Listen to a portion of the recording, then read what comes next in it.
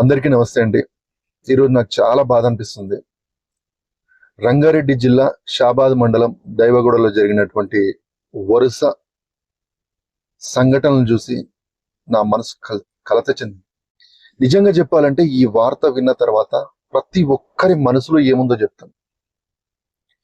ఆ కిరాతకుని తీసుకొని వచ్చి వాణ్ణి అదే విధంగా చంపేయాలని, లేదంటే వాణ్ణి ఎన్కౌంటర్ చేసేయాలి అని, లేదంటే కఠినమైనటువంటి శిక్షలు వేయాలని చెప్పేసి చాలా మంది ఈరోజు ధర్నాలు చేస్తున్నారు. ఇంటి పక్కన వాళ్ళు మాట్లాడుకుంటున్నారు. పోలీసుల్లో కూడా ఉంది. కానీ ఏం చేయాలి? ఏం చేయలేనటువంటి సిచ్యువేషన్. వాడంత క్రూయల్ వ్యక్తి అని తెలిసిన తర్వాత కూడా మన చట్టాలు వాణ్ణి వదిలేస్తున్నాయంటే ఎంత దుర్మార్గమైనటువంటి పరిస్థితుల్లో మనం బతుకుతున్నామో అర్థం కావడం లేదు. మే 16వ తారీఖు ఒక బాలికను వేధించిన కేసులో పోక్సో కేసు నమోదైంది. మే 26వ తారీఖు అతన్ని అరెస్ట్ చేశారు. నిన్న బెయిల్ వచ్చేసింది. అంటే ఏంటన్నట్టు, ఒక పోక్సో చట్టం అనేది ఎంత దుర్వినియోగం అయిపోతుందో అర్థం చేసుకోవాలి. ఒక నెలన్నర రోజులు జైల్లో ఉండి బయటకు వచ్చిందంటే పోక్సో చట్టం అయిపోయినట్టేనా? ఎప్పుడు వస్తుంది? అలాంటి పనులు చేసిన వానికి పోక్సో చట్టం పెడితే పెద్ద సమస్య ఏందండి? దొంగతనం చేసినోడు అదే పరిస్థితి, నెల రోజుల్లో రావడం. ఇలా బెయిల్ వచ్చి చట్టాలలో ఉన్నటువంటి లొసుగులను వాళ్ళు అనుకూలంగా మలుచుకొని ఇలా బెయిల్ల ద్వారా బయటికి వచ్చి ఒక పోక్సో కేసు అనేది జస్ట్ బాలికను వేధించిండు అని చెప్పేసి, బాలికనికి ఏదో చేసిండు అని చెప్పేసి కేసులో వాడు అరెస్ట్ అయ్యాడు. ఈరోజు వాడు బయటికి వచ్చిన తర్వాత 6 మర్డర్లు చేసినప్పుడు ఎవడు బాధ్యత? వ్యవస్థల బాధ్యత తీసుకుంటాయా? Police department తీసుకుంటాయా? మనం ఓట్లు వేసినటువంటి రాజకీయ నాయకులు తీసుకుంటారా? మనం తీసుకుంటామా? వ్యవస్థలు నడుస్తూనే ఉన్నాయి. ఎంత బాధ అనిపిస్తుందండి. ఒక అమ్మాయిని రాత్రి 11 గంటలకు సమయంలో బయటకు లాక్కెళ్ళి అత్యంత ఘోరంగా ఆమెను చేసేసి మళ్ళీ ఇంటికి వచ్చి వాళ్ళకి సంబంధించినటువంటి సంబంధికుల్లో నాయనమ్మను, వాళ్ళ అమ్మను అందరినీ లేపేశాడు. అదైపోయిన తర్వాత మళ్ళీ ఇంటికి వచ్చి వాళ్ళ భార్యతో మాట్లాడి వాళ్ళ భార్యను, వాళ్ళ పిల్లల్ని కూడా లేపేశాడు. ఇంత దారుణమైనటువంటి సంఘటనలు జరుగుతున్నా కానీ అసలు చూడలేకపోతున్నాం. అసలు ఇంత దారుణంగా తయారవుతూ ఉంటే ఆ వ్యక్తిని పట్టుకోవడానికి ఇప్పుడు 7 బృందాలు పెట్టామని చెప్పేసి అన్నారు.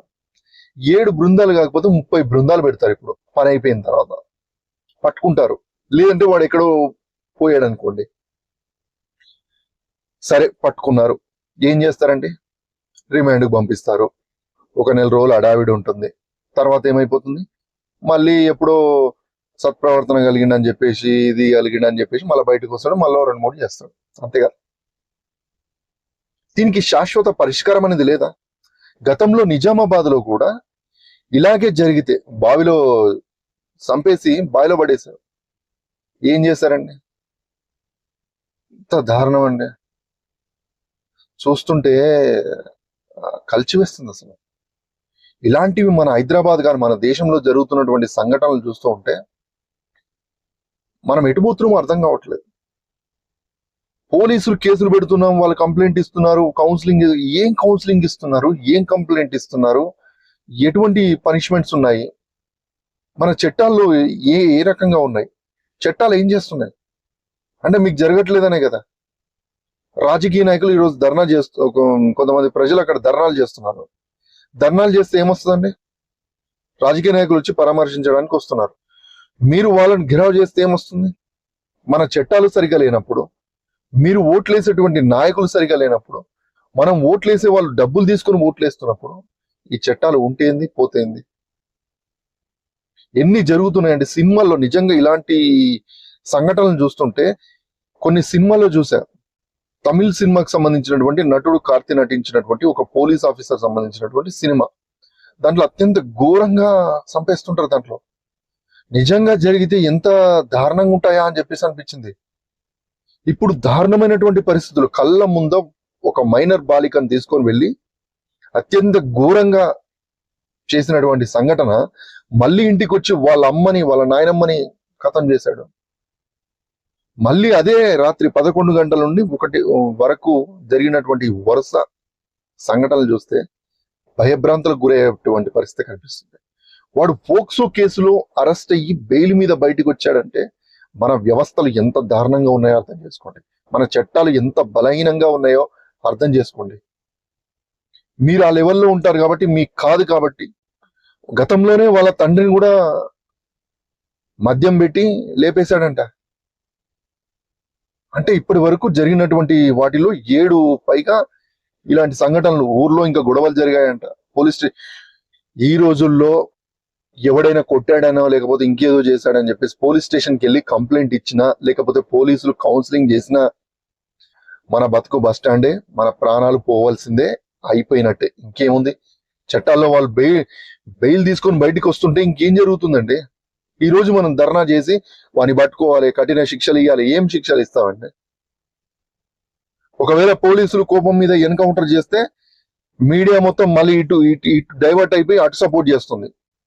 మానవ హక్కుల సంఘాలు వచ్చేస్తాయి ఎలా చేస్తారని చెప్పేసి. ఇంత దారుణమైనటువంటి సంఘటనలు జరుగుతుంటే మన సమాజం ఎందుకు తలదించుకొని ఉంటుందో అర్థం కావట్లేదు.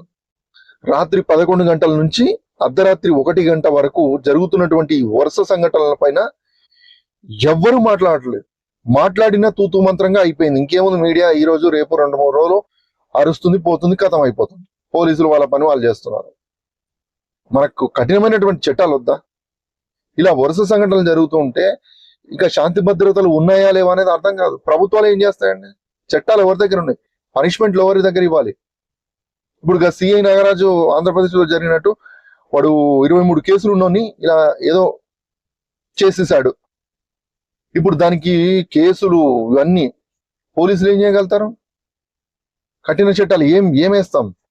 మా అంటే పీడీ యాక్ట్ పడుతుంది, జీవిత ఖైదు పడుతుంది. పీడీ యాక్ట్ పడ్డదంటే మళ్ళీ ఇమ్మీడియట్లీ రావడమేనా? పీడీ యాక్ట్ పడ్డదంటే సంవత్సరం లోపల బయటికి రావడమేనా? పోక్సో కేసు అంటే నెలన్నరనేనా? ఇంకేం కేసులు వేస్తాం? దరిద్రంగా ఉందంటే నిజంగా ఫ్రెండ్స్, నేను ఈరోజు ఈ వీడియోలో చెప్తున్నానంటే మన వైఫల్యమే, మన వ్యవస్థల్లో ఉన్నటువంటి లోపాలను మనం సరిదిద్దుకోకపోతే రాను రాను ఇంకా మన భవిష్యత్తు ఇంకా ఘోరంగా ఉంటుంది. ఇలాంటి సంఘటనలు ఇంతకంటే ఎక్కువ సంఘటనలు చూడాల్సినటువంటి పరిస్థితి కనిపిస్తుంది. సో ఇది అసలు ఏం చేయలేమండి. నేను నిజంగా చెప్తున్నాను ఒకటి సూటిగా. ఇక వానికి ఏదో శిక్షలు పడతాయి అని చెప్పేసి, వాడు ఇంకేదో అవుతుందని చెప్పేసి మనం ఎన్ని ధర్నాలు చేసినా ఎవడేం ముట్టుకున్నా ఏమీ కాదు. కాకపోతే ఇంకేదైనా వాడు అట్లాంటోడు, ఒకవేళ వాడన్నా చనిపోవచ్చు, లేదంటే పోలీసులు ఇంకేదైనా చేయొచ్చు, హ్యూమన్ రైట్స్ దిగుతుంది, గొడవలు అవుతాయి, పోలీసులు సస్పెండ్ అవుతారు, మనం నిమ్మలంగా ఉంటాం, అంతే. ఇదే కానీ ఇలాంటివి జరిగినాయి, ఇలాంటివి ఆపాలి అనే ఆలోచన ఎవరికి లేదు. పోలీసులకు చెప్తే ఏమొస్తుంది? కౌన్సిలింగ్ తప్ప ఏం లేదు, వాడిని కొట్టొద్దు, కౌన్సిలింగ్ తప్ప వేరే ఏం లేదు, అంతే కదా. ఇలాంటి వాటికి చట్టాలు చేయండి, కఠిన పనిష్మెంట్ ఇవ్వండి, పోలీసులు వాడిని ఎన్కౌంటర్ చేయండి. ఎన్కౌంటర్ చేస్తే వాని ఉద్యోగాలు పోతాయి.